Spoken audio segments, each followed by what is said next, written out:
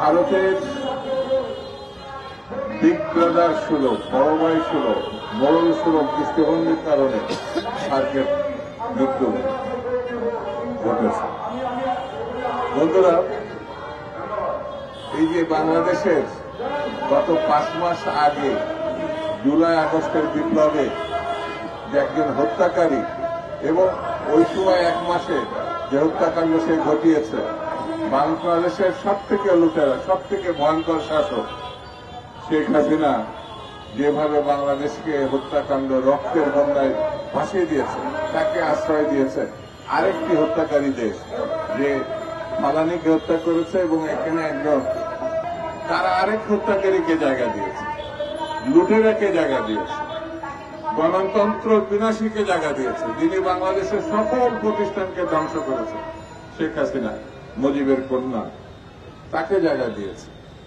এ ভাবা যায় না পৃথিবীতে এরকম বন্ধুত্বপূর্ণ দাবিদার একটা রাষ্ট্র সেই দেশের হত্যাকারীকে, সেই দেশের লুণ্ঠনকারীকে এইভাবে জায়গা দিয়েছে।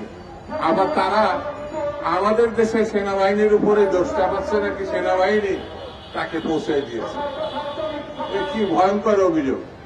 এই দেশটি আপনারা দেখবেন সারা বিশ্বে আমরা কিন্তু ভারতের মতো কাঁটাতার দিই নাই।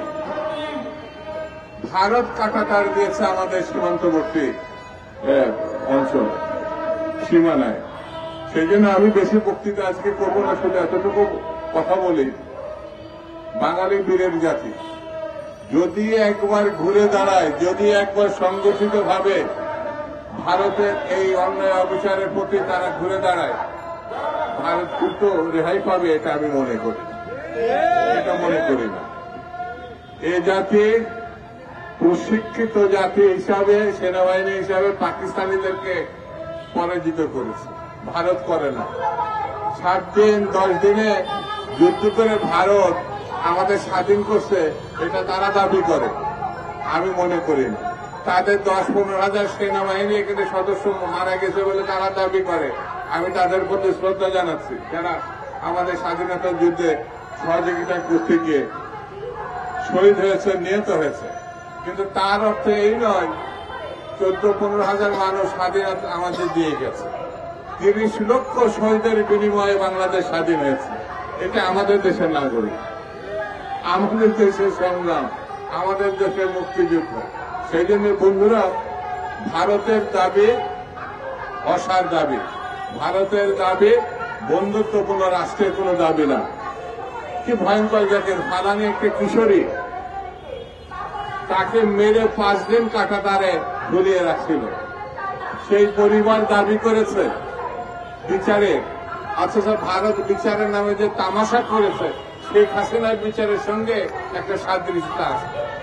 শেখ হাসিনা ক্ষমতায় থাকার সময় যে তামাশা করেছে বিচারের নামে, ফাঁসি দেওয়ার নামে, ভারতও সেই তামাশা করেছে বিচার। একটা খুনিকে তারা যৌক্তিক খুন বলে তাকে মাফ করে দিয়েছে ভারতীয় সেনাবাহিনীর সদস্য। বন্ধুরা, আমি বেশি কথা বলি না, শুধু এতটুকু বলি, ভারতের এই অসহযোগিতা বাংলাদেশকে তারা যদি মনে করে পঙ্গু করবে, এটা তাদের জন্য ভুল ধারণা।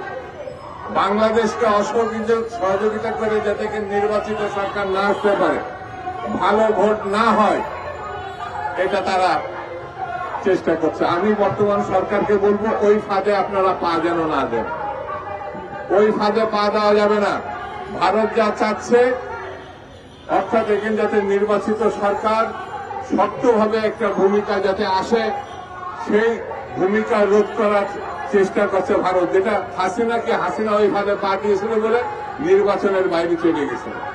আপনাদের সেই ফাঁদে পা দেওয়া ঠিক হবে না। অনতি বিলম্বে, যেটা আপনি বলেছেন ডক্টর মোহাম্মদ ইউনূস সাহেব, এই বছরের শেষে এবং আগামী বছরের প্রথমে আপনি নির্বাচনে যে প্রত্যাশা করেছেন, আমরা তার প্রতি সমর্থন জানাই।